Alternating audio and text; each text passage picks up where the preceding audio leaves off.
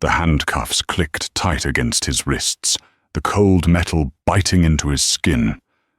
150 passengers watched in stunned silence, dozens of phones raised, recording the humiliation of a black man in a hoodie being dragged off a flight he had every right to be on. The flight attendant, Stacy, stood with her arms crossed, a smug look of victory on her face. She thought she was removing a security threat. She thought she was protecting the sanctity of first class. What she didn't realize was that she wasn't just kicking off a passenger. She was evicting the man who had secretly purchased the entire airline 3 hours ago. She was about to learn a brutal lesson. Never judge a king by his casual clothes. The rain lashed against the reinforced glass of JFK's Terminal 4, turning the tarmac into a blurry watercolor of grey and steel.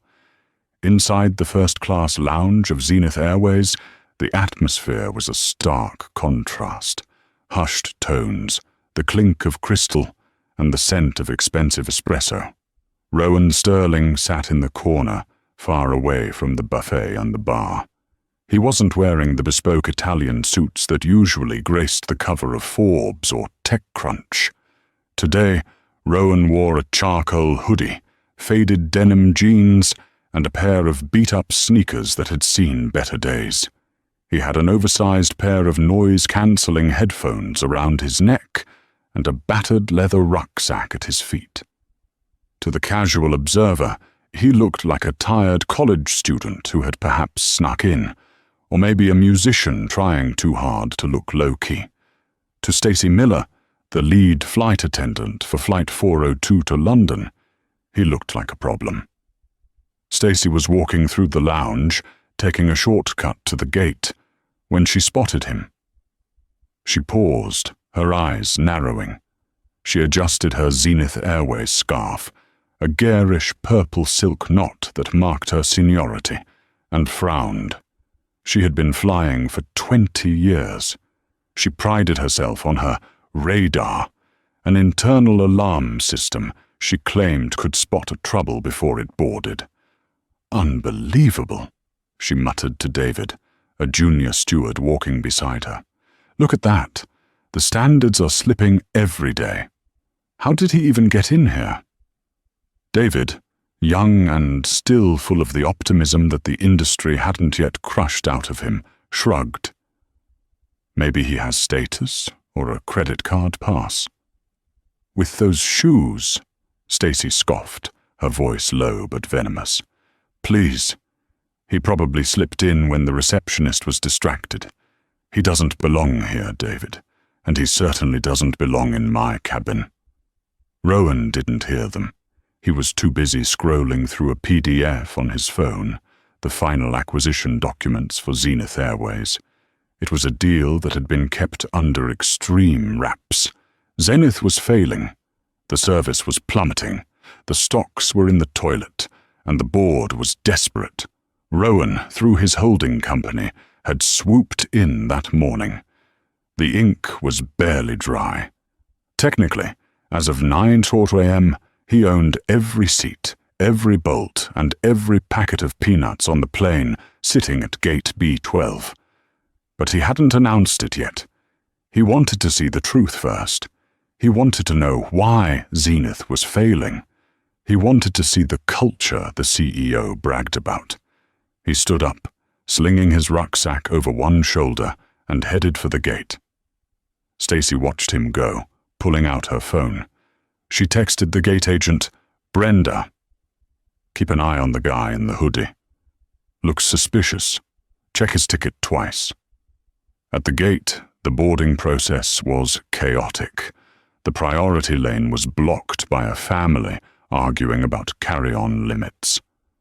Rowan stood patiently in the first-class line. When he reached the podium, Brenda, a woman who looked like she hadn't smiled since the late 90s, snatched his boarding pass without looking at him. She scanned it. The machine beeped green. Seat 1A. Brenda paused. She looked at the screen, then at Rowan, Then back at the screen. She tapped her keyboard aggressively. "Is there a problem?" Rowan asked, his voice calm, deep, and polite. "Hold on," Brenda snapped. She picked up the landline phone. "Stacy?" "Yeah, it's Brenda, the hoodie guy. System says 1A. Yeah, full fare." I know. It must be an upgrade glitch or something." "Okay, I'll send him down, but you handle it." She slammed the phone down and thrust the boarding pass back at him. "Board. Left side." "No, have a nice flight." "No, thank you for flying, Zenith." "Just dismissal." Rowan took the pass. A faint, sad smile touched his lips. "So this is how we treat people," he thought. "This is why we're losing money." He walked down the jet bridge, the humidity rising. He stepped onto the plane, turning left into the hallowed sanctuary of first class. It was a 1-2-1 configuration, very private. He found 1A, a window seat, and tossed his rucksack into the overhead bin. "Excuse me." A sharp voice cut through the air. Rowan turned. Stacy was standing there, blocking the aisle. Up close, her makeup was a little too thick, cracking slightly around the eyes where the cynicism had set in. She was holding a manifest, tapping it with a pen. "Yes," Rowan said. "That bin is reserved for first-class passengers," Stacy said, her voice loud enough for the business travelers settling in behind them to hear. Rowan blinked. "I know. I'm in 1A." Stacy let out a short, incredulous laugh. She didn't check the manifest. She just looked at him, up and down, lingering on the hoodie.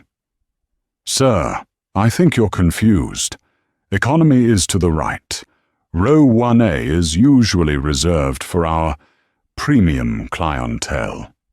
If you have an upgrade, you need to double-check, because sometimes the system assigns seats that aren't actually available."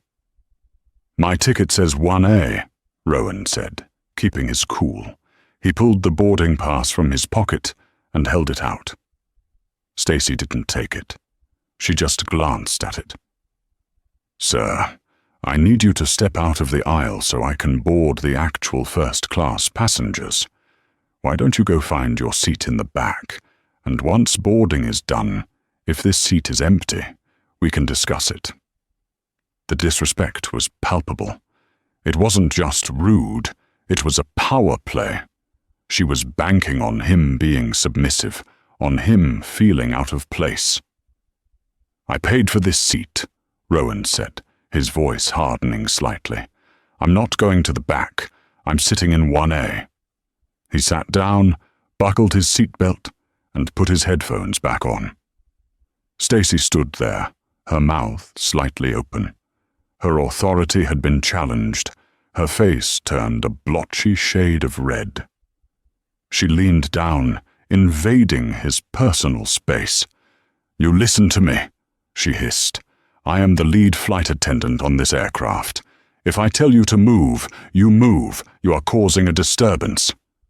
Rowan lifted one ear cup. "I'm sitting in my assigned seat. The only one causing a disturbance is you." Stacy straightened up, her eyes flashing. "Okay. Have it your way." She turned on her heel and marched toward the cockpit. Rowan watched her go. He reached into his pocket and touched his phone. He could end this right now. He could make one call to the Vice President of Operations, who was currently terrified of the new owner. No, Rowan thought. Let it play out. I need to see how deep the rot goes. 10 minutes passed. The plane was filling up. A heavy-set man in a suit sat in 1K across the aisle, eyeing Rowan with open suspicion, clutching his briefcase as if Rowan might telekinetically steal it. Stacy returned.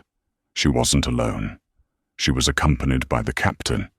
Captain James O'Connell was a tall man with silver hair and the weary look of someone who just wanted to get to London and sleep. "Sir," the captain said, his voice booming, "the flight attendant tells me you're refusing to follow crew instructions." Rowan took off his headphones completely this time. "I'm refusing to vacate the seat I purchased, Captain. I haven't broken any rules. I haven't raised my voice. I'm just sitting." Stacy interjected, her voice shrill. "He's been aggressive, Captain. He threw his bag into the bin, nearly hitting me, and when I asked to see his ticket, he told me to back off. I don't feel safe with him in my cabin." It was a lie. A blatant, dangerous lie. Rowan looked at Stacy, genuinely shocked by the fabrication. "That is completely false. The cameras in the terminal will show." "We are not checking cameras," Stacy snapped. "This is my cabin. Captain, I am telling you, he is a threat to the safety of this flight. I will not close the doors with him sitting there." The captain looked at Rowan. He saw the hoodie. He saw the defiance. He didn't see a billionaire. He saw a delay. "Sir," the captain sighed, "I don't have time for this. If the crew doesn't feel safe, you have to go. You can sort it out with the gate agent. Grab your bag." "I'm not getting off this plane," Rowan said, his voice dropping an octave. "I have a board meeting in London tomorrow morning. I bought a full-fare first-class ticket. I have done nothing wrong except look different than what she expects." "It's not about how you look," Stacy shouted, effectively drawing the attention of the entire front cabin. "It's about your attitude. You people always think you can do whatever you want." "You people?" The air in the cabin seemed to freeze. The man in 1K looked away, uncomfortable. Rowan stared at her. "Excuse me. What do you mean by you people?"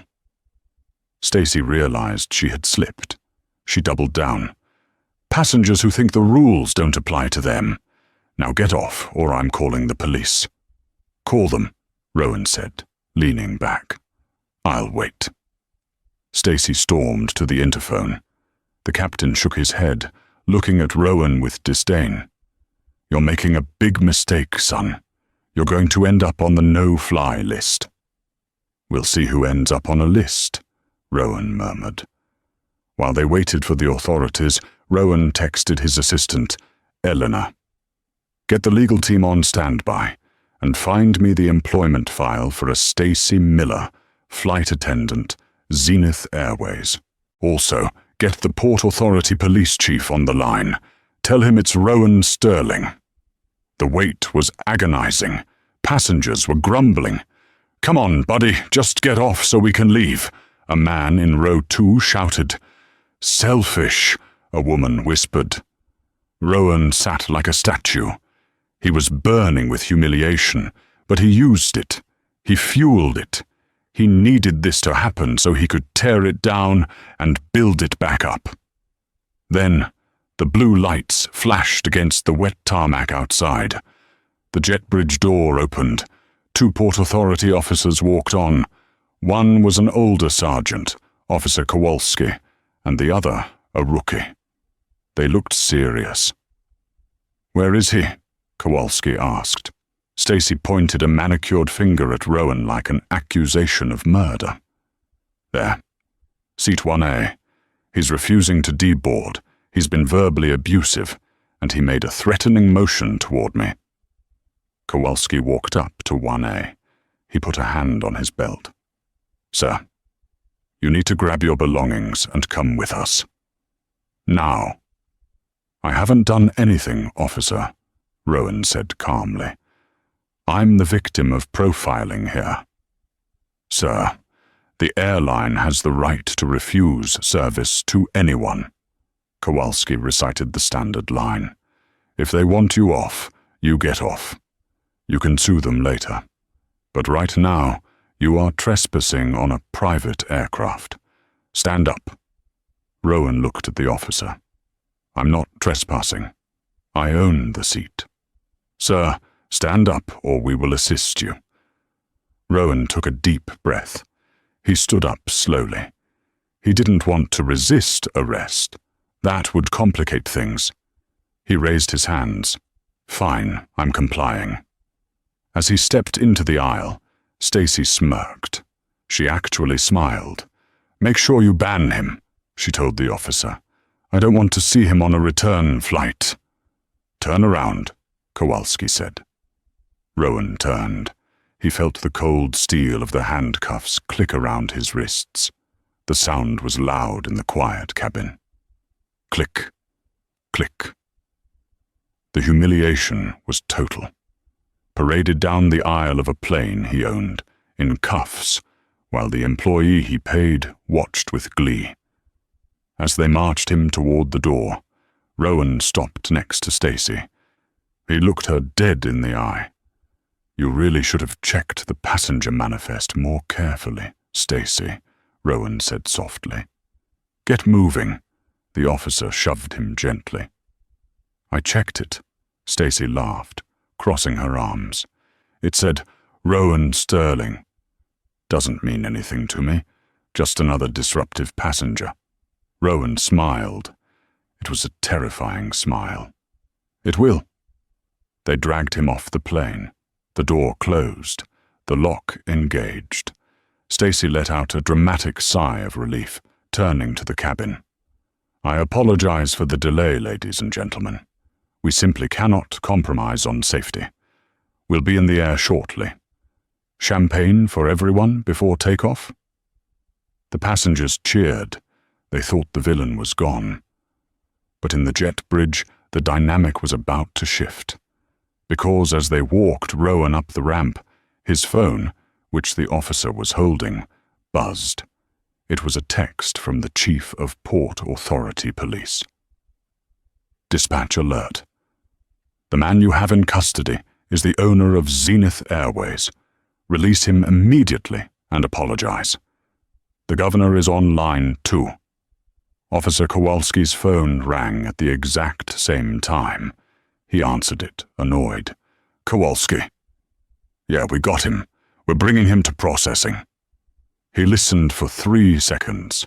All the color drained from his face. He stopped walking. He looked at the phone, then at the rookie, then at the handcuffed man in the hoodie. "Say that again," Kowalski whispered into the phone. He swallowed hard. He hung up. His hand started shaking. He looked at Rowan. Rowan raised an eyebrow. "You get the call?" Rowan asked. "Sir," Kowalski's voice cracked. "Mr. Sterling, Uncuff me," Rowan said. "And then you're going to help me get back on that plane. I have an announcement to make." The silence in the jet bridge was heavier than the humid air outside. Officer Kowalski's hands, usually steady from 20 years of breaking up bar fights and patrolling terminals, fumbled with the small silver key. Click.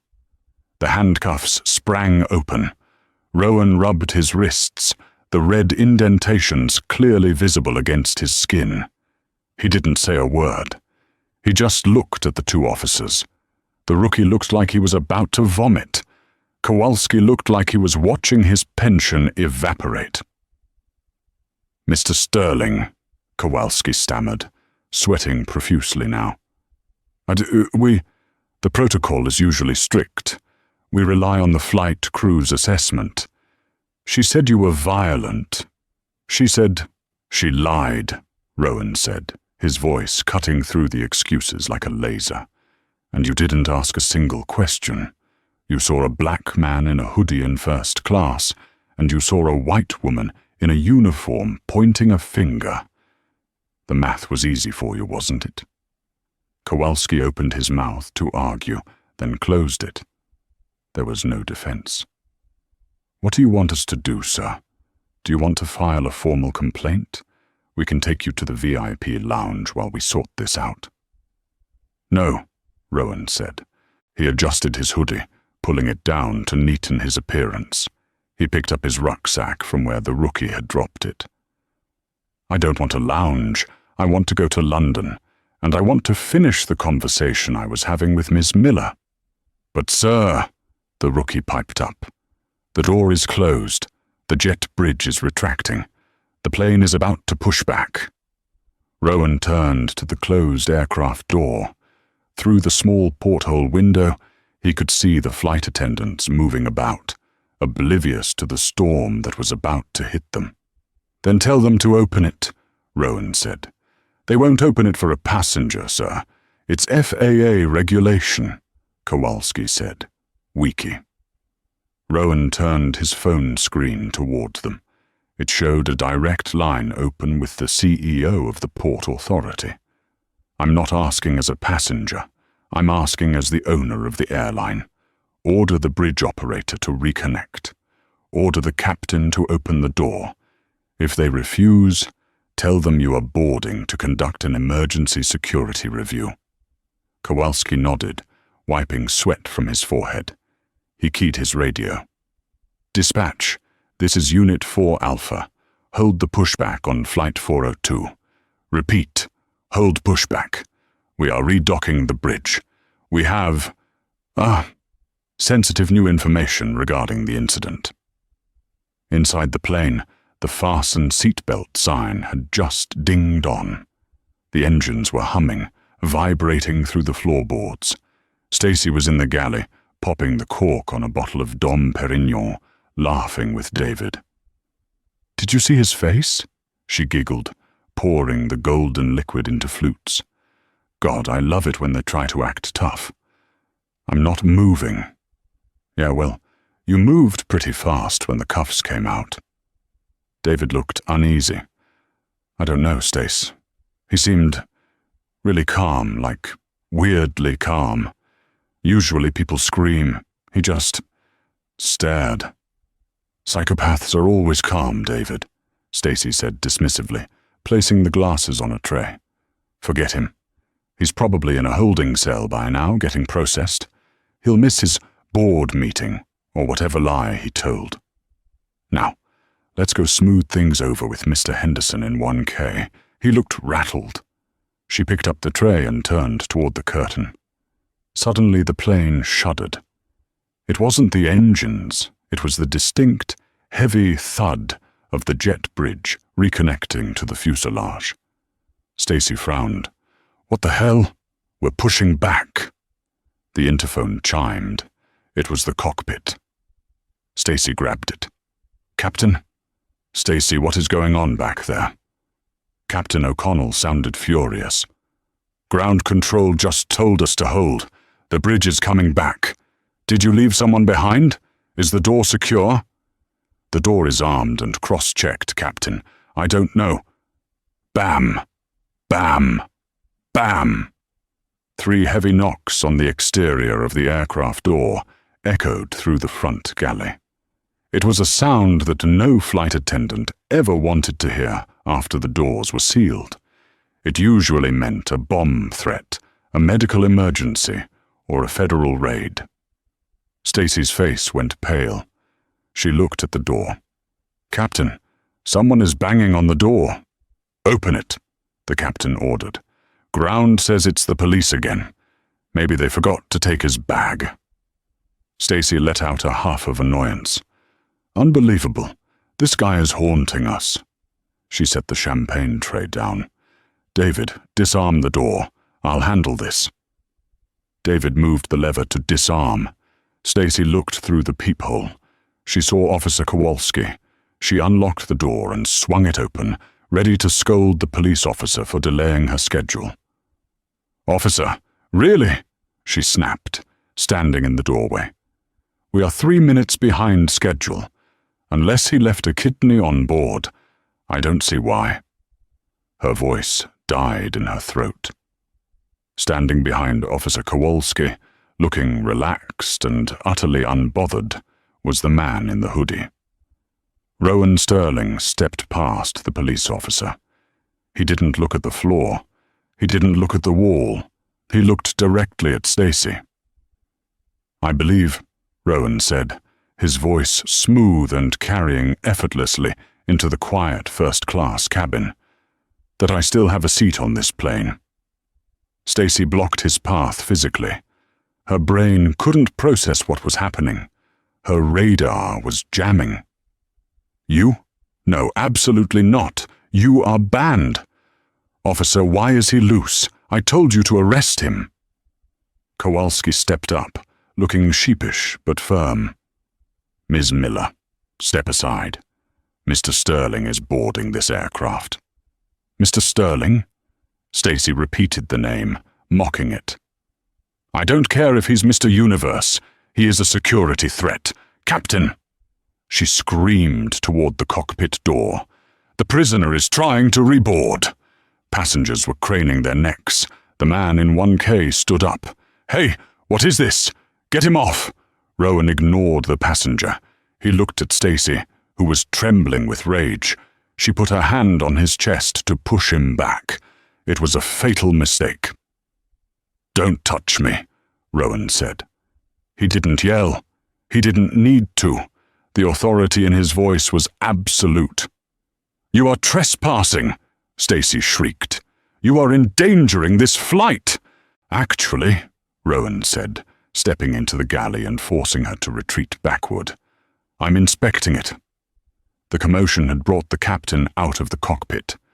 Captain O'Connell, a man who had flown Air Force jets and navigated hurricanes, looked confused and angry. He saw the police. He saw Stacy red-faced and hyperventilating, and he saw Rowan. Officer, O'Connell barked. What is the meaning of this? Why is this man not in a cell? Because, Captain, Kowalski said, his voice loud enough for the first 5 rows to hear. We made a mistake, a big one, and unless you want to be arrested for unlawful imprisonment, I suggest you let the man speak. O'Connell paused. The word arrested threw him off. He looked at Rowan. Who are you? Rowan walked past Stacy, past the captain, and picked up the public address interphone from the wall mount. Stacy lunged for him. Put that down. You cannot use the PA. That is for crew only. She tried to grab the cord, but the rookie police officer stepped in between them. Ma'am, back away. Do not interfere. Stacy gasped. The police were protecting him. Rowan pressed the button. The chime echoed through the entire plane, from the luxe seats of row 1 to the cramped benches in row 45. Ding-dong. The cabin went silent. Everyone was listening to the drama unfolding in the front. Ladies and gentlemen, Rowan began. His voice was calm, articulate, and commanded attention. My name is Rowan Sterling. Some of you in the front cabin just watched me be handcuffed and dragged off this plane because the lead flight attendant, Ms. Miller, decided that my appearance, my hoodie and my skin color, made me a security threat. A murmur went through the plane. Stacy was shaking her head violently, mouthing liar to the passengers in the front row. I was accused of being aggressive, Rowan continued, his eyes locked on Stacy. I was accused of refusing to follow instructions, but the reality is, I was simply sitting in the seat I paid for. Turn it off, Stacy screamed at the captain. Captain, cut the power! He's hijacking the PA! The captain didn't move. He was staring at Rowan. He was staring at the name Sterling. The memo. He remembered the memo from this morning. Acquisition alert. Zenith Airways acquired by Sterling Holdings. CEO, Rowan Sterling. The color drained from the captain's face so fast it looked like he was about to faint. Rowan continued. I am not a security threat. I am not a trespasser. As of 9:00 a.m. this morning, I am the new owner of Zenith Airways. The silence that followed was deafening. It was a vacuum of sound. Stacy stopped screaming. Her mouth hung open. Her eyes went wide, darting from Rowan to the captain. She looked for confirmation, for someone to tell her this was a prank. The captain looked at her. He slowly nodded. It's him, Stacy. That's the owner. Stacy felt the floor drop out from under her. The arrogance, the smugness, The power, it all evaporated, leaving her standing there as nothing more than a bully who had just punched a god. Rowan lowered the phone slightly, but kept the button pressed. He turned to the cabin. I bought this airline because I believed it had potential, but I wanted to see how it treated its customers when no one was watching, when the cameras weren't rolling, when it was just a guy in a hoodie. He looked at the man in 1K, the one who had cheered when he was arrested. The man was now staring at his shoes, terrified. I found a culture of judgment, Rowan said into the mic, a culture of bias, and a staff that uses security as a weapon to enforce their own prejudices. He turned to Stacy. The phone was still live. The whole plane could hear every breath. "Stacy," Rowan said. She flinched. Mr. Sterling, I didn't know. The system, it didn't say VIP. It just said, it shouldn't have to say VIP, Rowan said, his voice echoing through the overhead speakers. That is the point. You shouldn't need a title to be treated with basic human dignity. You looked at me and you decided I didn't belong. You lied to the captain. You lied to the police. You humiliated me in front of 200 people. I was just trying to keep the flight safe. Stacy whimpered. Tears were starting to well up, but they weren't tears of remorse. They were tears of self-preservation. I've been with Zenith for 20 years. I have a perfect record. You had a perfect record, Rowan corrected. He let go of the PA button. The click signaled the end of the broadcast, but the show wasn't over. He looked at the captain. Captain O'Connell, you have a choice. You can fly this plane to London, or you can get off with Ms. Miller. But she is not working this flight. In fact, she is not working any flight. Ever again. Stacy let out a sob. You can't do that. You can't fire me right here. I have a union.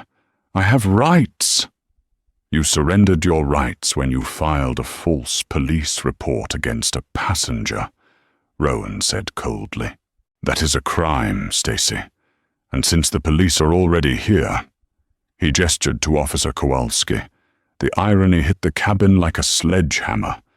The police were there because she called them. And now they were looking at her.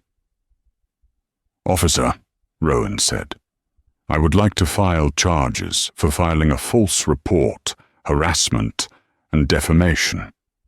Kowalski nodded. He was eager to make up for his earlier mistake. He pulled out the handcuffs, the same ones that had been on Rowan's wrists 5 minutes ago. Stacy Miller, Kowalski said, stepping forward. Please place your hands behind your back. No, Stacy shrieked, backing into the galley cart. No, you can't. Captain, do something. He's crazy. Captain O'Connell turned his back on her.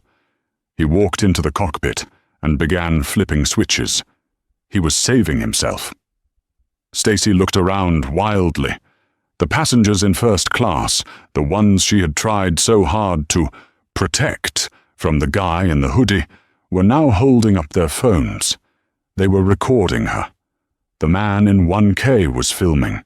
The family in row 2 was filming. She was the content now.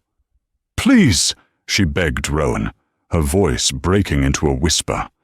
I have a mortgage. I have kids. Please, Mr. Sterling. I'm sorry. I'll apologize. I'll do anything. Rowan looked at her. For a second, there was a flicker of pity in his eyes. But then he remembered the way she had smiled when the cuffs clicked on him. He remembered the "you people" comment.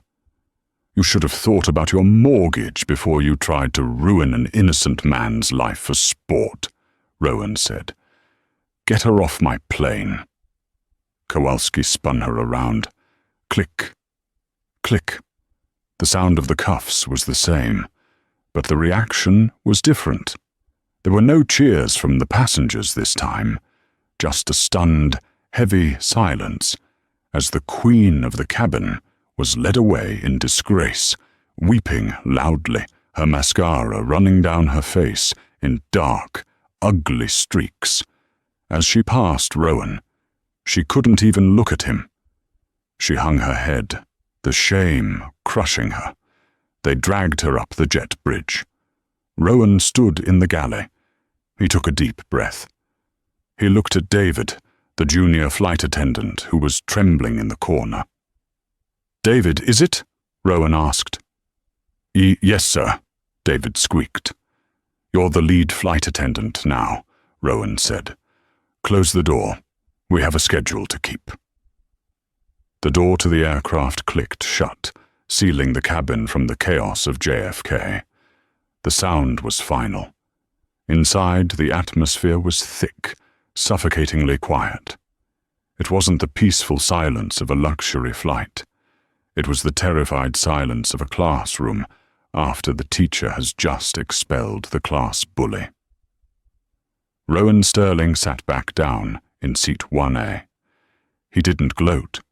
He didn't look around for approval. He simply fastened his seatbelt, pulled his noise-cancelling headphones back over his ears, and opened his laptop. David, the young flight attendant who had been promoted to lead just 30 seconds ago, stood in the galley. He was pale. His hands were shaking so bad the ice tongs he was holding rattled against the metal bucket. He looked at the empty space where Stacy used to be, then at the man in 1A. The plane pushed back. The safety video played. Usually, passengers ignored it, burying their noses in phones or magazines. Today, everyone sat rigid, staring straight ahead, afraid to make a wrong move. They had just seen the owner of the airline arrest a senior crew member. They felt like they were all on trial. As the plane climbed to 30,000 feet, the seatbelt sign pinged off. David took a deep breath. He had to do the service. He walked out to the aisle. Mr. Sterling?" David asked, his voice cracking. Can I get you anything? We have the vintage Dom Perignon, or a Scotch, or—" Rowan looked up. He slid the headphones off. He saw the terror in the kid's eyes. "David," Rowan said gently, "relax." "I'm trying, sir. You've never seen a billionaire in a hoodie get a flight attendant arrested?" Rowan cracked a small smile. "It's a first for me, too." David let out a nervous chuckle. "I'm so sorry about what happened, sir. Stacy, she can be difficult. But I should have said something. I stood there and let it happen." Rowan nodded. "You did. And that's something you're going to have to work on. Leadership isn't about the scarf or the title. It's about speaking up when something is wrong, even if your voice shakes. But today, you're the lead. So, lead. Treat the passengers well. That's all I ask." "Yes, sir. Absolutely, sir." David stood up straighter. "Can I get you a drink?" "Sparkling water with lime. That's it." As David hurried away, a shadow fell over Rowan's seat. It was the man from 1K. The heavy-set guy in the expensive suit who had clutched his briefcase and cheered for the police earlier. His name was Mr. Henderson, a hedge fund manager who was used to being the most important person in the room. Now, he looked like a child caught stealing cookies. "Mr. Sterling," Henderson said, his voice oily and apologetic. "I just wanted to come over and, apologize. Clearly there was a misunderstanding earlier. If I had known who you were—" Rowan cut him off without looking up from his screen. "That's the problem, Mr. Henderson."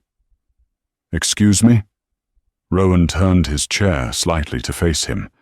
"You're apologizing because you found out I own the plane. You're apologizing because I have power. If I were just a regular guy from Brooklyn in a hoodie, you'd still be happy I was dragged off in cuffs. You didn't care about justice. You cared about your comfort." Henderson's face flushed red. "Now see here. I was just relying on the crew's assessment." "Save it," Rowan said, turning back to his work. "Enjoy the flight. Try the warm nuts, but don't pretend we're friends." Henderson retreated to his seat, humiliated. An hour later, Captain O'Connell emerged from the cockpit for his rest break.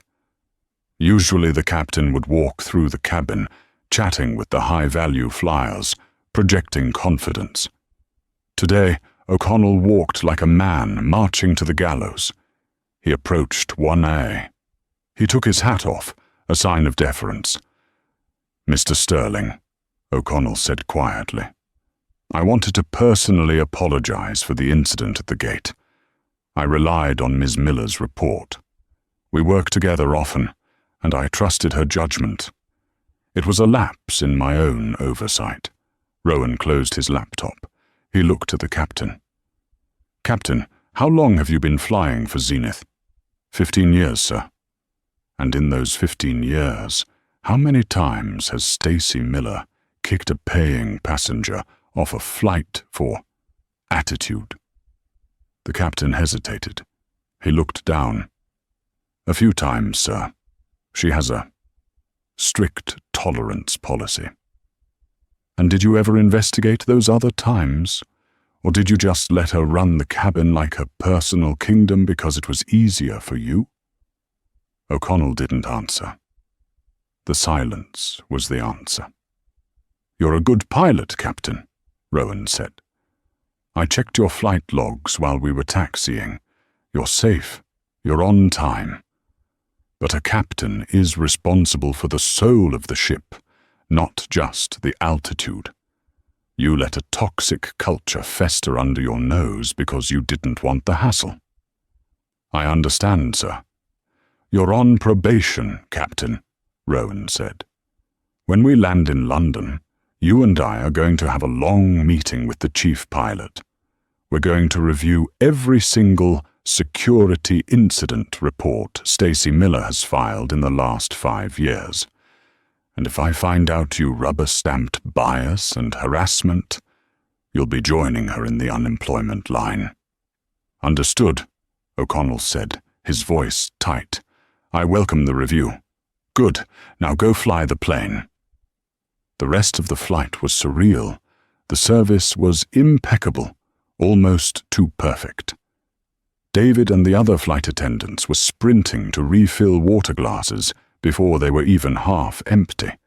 The passengers were quiet, polite, and terrified. Rowan didn't sleep. He spent the 7 hours drafting a new corporate memo. Subject: the new Zenith Standard. To all employees. From Rowan Sterling, CEO. He outlined a zero-tolerance policy for discrimination. He instituted a new oversight committee for passenger removals. And he drafted the press release that would go out the moment they landed. He was turning his humiliation into a revolution. But while he was building the future at 35,000 feet, Stacy Miller was facing her past on the ground. The holding cell at the Port Authority police station smelled of bleach and stale coffee. Stacy Miller sat on a metal bench, her purple Zenith scarf unknotted and lying limp in her lap. Her mascara was a disaster. She was still in shock. 1 minute she was the queen of the cabin, sipping illegally poured champagne. The next, she was being fingerprinted like a common criminal. "This is a mistake," she muttered to the empty room. "He can't do this. I have a union rep. I'm going to sue him. I'm going to sue the department." The heavy door buzzed and clicked open. Officer Kowalski walked in. He didn't look sympathetic. "You're being released on your own recognizance," Kowalski said. Arraignment is set for Tuesday. Charges are filing a false police report and disorderly conduct. The district attorney is also looking into a hate crime enhancement, given the nature of your comments." "Hate crime?" Stacy stood up, her voice shrill. "Are you insane? I was doing my job. He was threatening me." "We pulled the terminal tapes, Stacy," Kowalski said dryly. "He was standing in line. He showed you his ticket. You got in his face. The video doesn't lie." He handed her a clear plastic bag with her personal effects, her wallet, her keys, and her phone. "You can go," Kowalski said, "but stay in the state." Stacy snatched the bag. "You'll be hearing from my lawyer, and so will that arrogant prick Sterling." She marched out of the cell, feeling a surge of righteous indignation. She convinced herself she was the victim. Just a rich guy throwing his weight around, she thought. The public will side with me. I'm a working-class woman, bullied by a billionaire. She walked into the lobby of the station, dug her phone out, and turned it on. It buzzed. Then it vibrated. Then it nearly exploded. 4052 missed calls. 1200 new text messages. Instagram, 99 plus notifications. Twitter, trending topic as a Zenith Karen. What? Stacy stopped in the middle of the hallway. Her thumb hovered over the screen. She opened Twitter, X. The top trending video was titled, "Airline owner arrested by racist flight attendant. Instant karma." It was the video from the cabin. The man in 1K, Mr. Henderson, had filmed it. The video showed everything. It showed Rowan calmly sitting in seat 1A. It showed Stacy screaming, "You people always think you can do whatever you want." It showed Rowan being cuffed. And then, the glorious, high-definition climax. Rowan returning, the revelation of his identity, and Stacy begging for her job. The views were climbing by the second. 2.4 million views. 5.1 million views. Stacy felt bile rise in her throat. She scrolled to the comments. "And Fly High 22.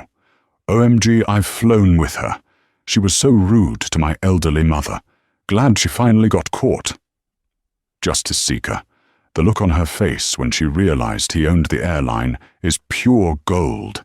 Inject this into my veins. Oh, lawyer up. She filed a false report. She's done. Jail time. She opened her email.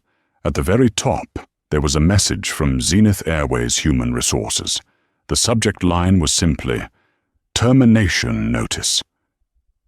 "Dear Ms. Miller, effective immediately, your employment with Zenith Airways is terminated for gross misconduct, violation of the Code of Ethics, and bringing the company into disrepute. Your benefits are suspended. Do not attempt to access company property." She had been fired before she even left the police station. Stacy's hands shook so hard she dropped the phone. The screen cracked, a spiderweb fracture right over her own face in the reflection. She stumbled toward the exit doors of the station. She just wanted to go home. She wanted to hide under her covers and wait for this to blow over. But as she pushed open the glass doors to the street, a wall of flashing lights blinded her. "Ms. Miller! Ms. Miller! Over here! Stacy, do you regret profiling Rowan Sterling? Stacy, are you a racist? How does it feel to be the most hated woman in America right now?" A swarm of paparazzi, freelance stringers, and YouTubers were waiting on the sidewalk. The story was too juicy. The undercover boss trope come to life, but with a racial justice twist. They were hungry for blood. Stacy shielded her eyes. "Get away from me. Leave me alone." "Did you really tell him to go to the back of the bus?" a reporter shouted. "I never said that," Stacy screamed, losing her composure entirely. "He manipulated the situation. He set me up. I'm the victim here." "You're the victim?" A reporter laughed. "Lady, we saw the video. You smirked when they handcuffed him." Stacy tried to push through the crowd to get to the taxi stand, but no taxi stopped. The drivers saw the cameras, saw the woman, and kept driving. They knew who she was. The video had traveled fast. Finally, she had to call an Uber.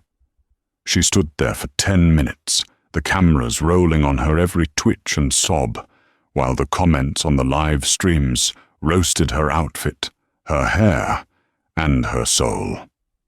When the Uber finally arrived, the driver, a young Somali man, looked at her, then looked at his phone, then looked back at her. He rolled down the window. "Stacy Miller." "Yes, just drive." She grabbed the door handle. "Cancel," the driver said. "What?" "I don't feel safe with you in my car," the driver said, his face stone cold. "You might call the police on me." He drove off. The crowd of reporters erupted in laughter. Stacy stood on the curb, the rain starting to fall again, mixing with her tears. It wasn't just a firing, it was an excommunication from society. The karma wasn't just hitting, it was pummeling her.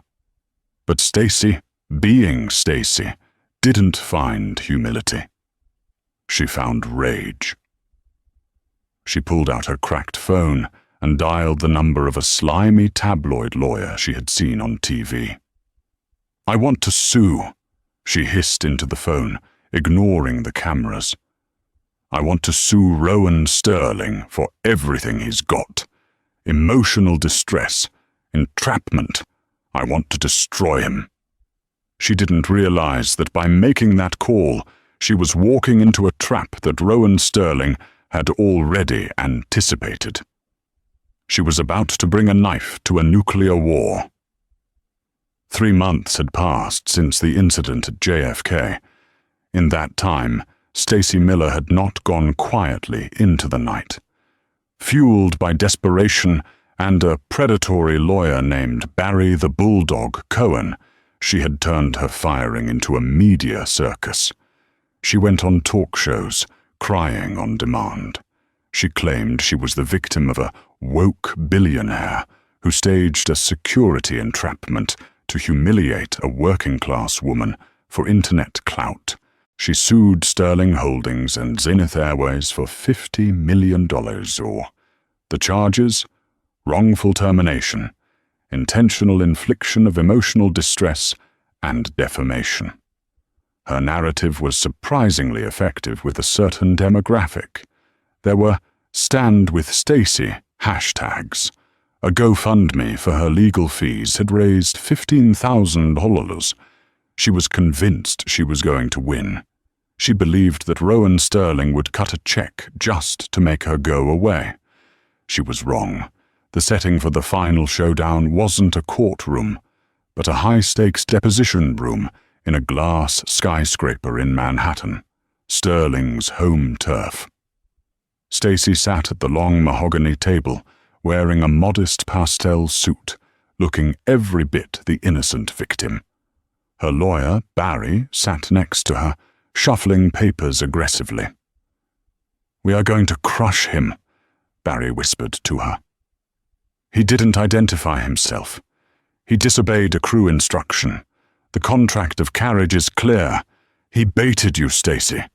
Juries hate billionaires who play games with little people." The door opened. Rowan Sterling walked in. He wasn't wearing a hoodie today. He was wearing a bespoke navy suit that cost more than Stacy's car. He didn't have a team of lawyers, just one woman, his general counsel, Eleanor. Rowan sat down opposite Stacy. He didn't look angry. He looked bored.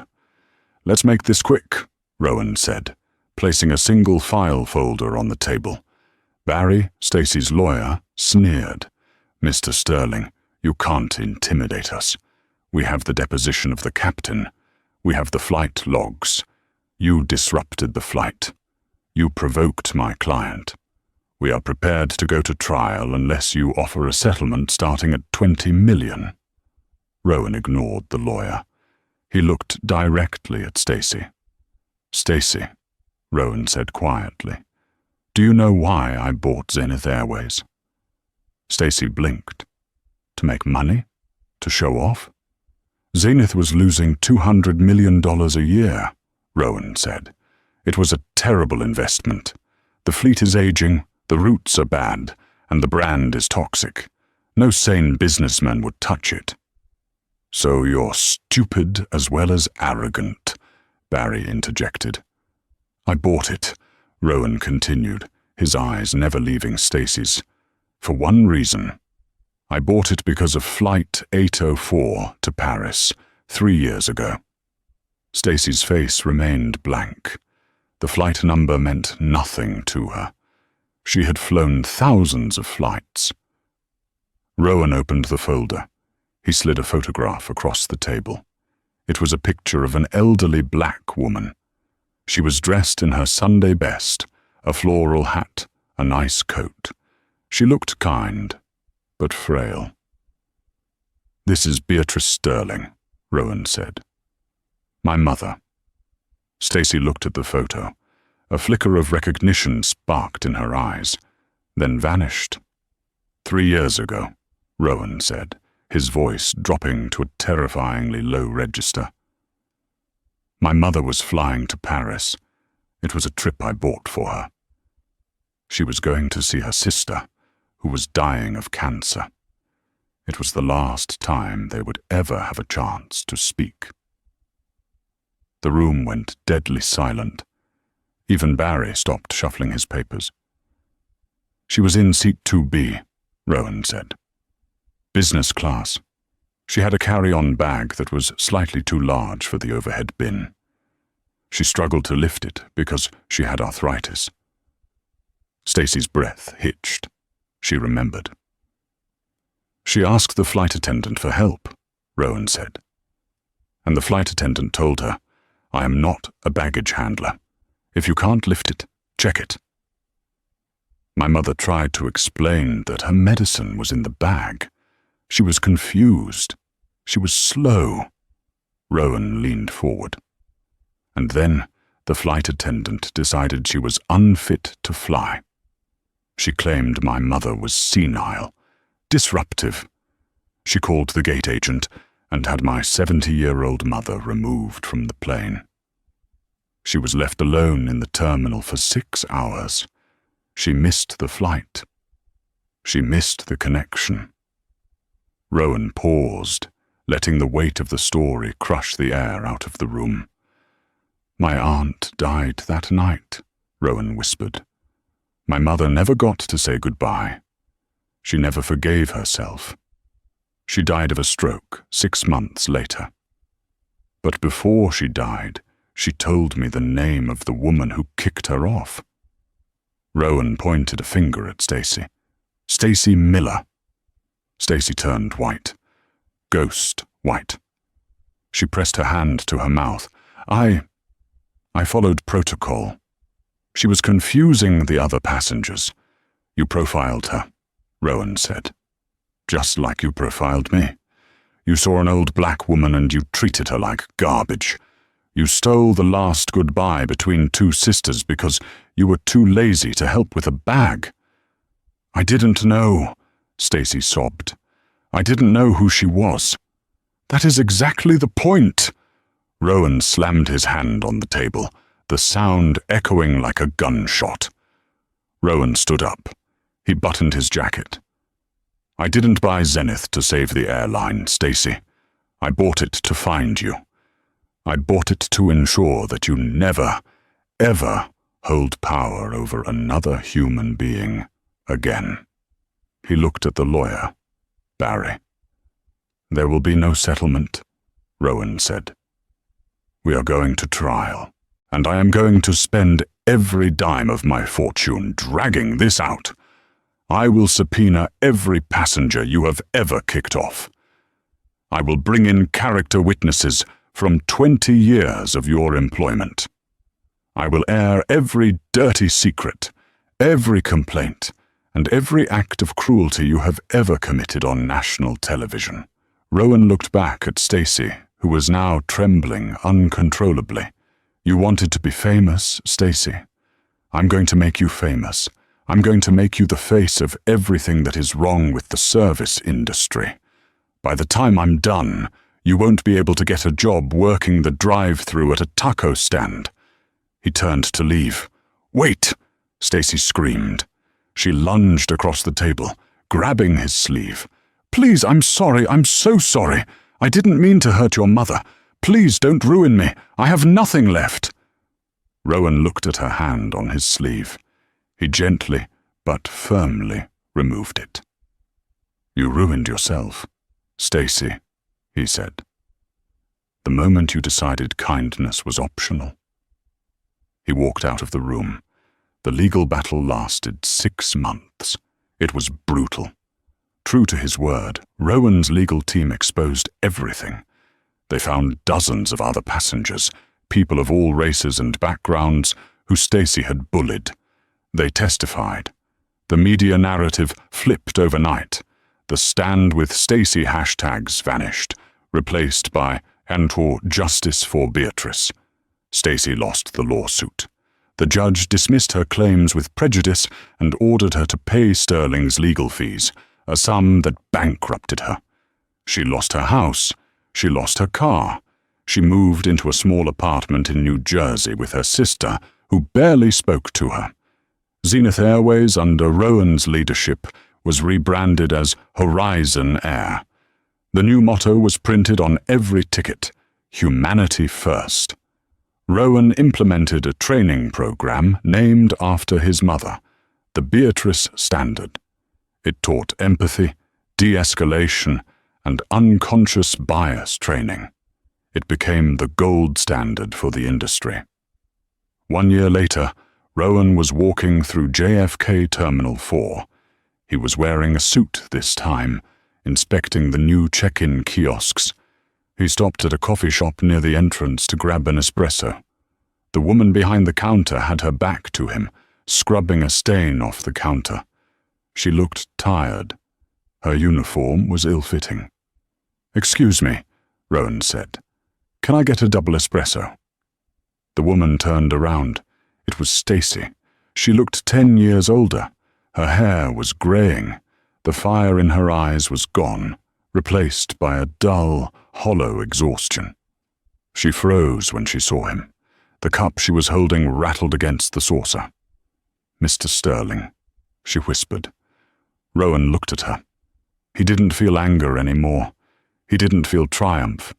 He just felt a quiet sense of closure. "Hello, Stacy," he said. She looked down at the counter.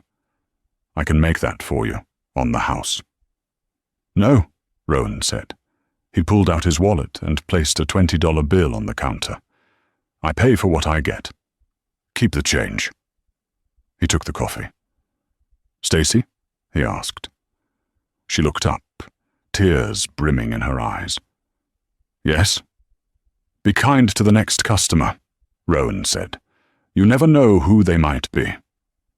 He turned and walked away toward the Horizon Air Gate, leaving Stacy Miller standing amidst the steam and the noise of the terminal, holding the $20, finally understanding the lesson that had cost her everything.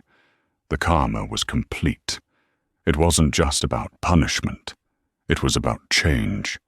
And as Rowan boarded his plane, he looked out the window at the clouds, and for the first time in 3 years he whispered, "We got her, Mom. We got her." And that is the brutal, satisfying saga of Stacy Miller and Rowan Sterling. It serves as a powerful reminder that arrogance is a dangerous game. Stacy thought her uniform gave her the right to belittle others, but she learned the ultimate lesson: never judge a book by its cover, and never underestimate a son fighting for his mother's memory. Karma might be slow, but as we saw today, it never misses. Now, I want to hear from you in the comments. Do you think Rowan went too far by bankrupting her, or was this the perfect justice for what she did to his family? If you enjoyed this story of high-altitude revenge, please smash that like button. It really helps the channel. Don't forget to subscribe and hit the notification bell so you never miss a new story. Thanks for watching. And remember, treat everyone with kindness. You never know who you're talking to.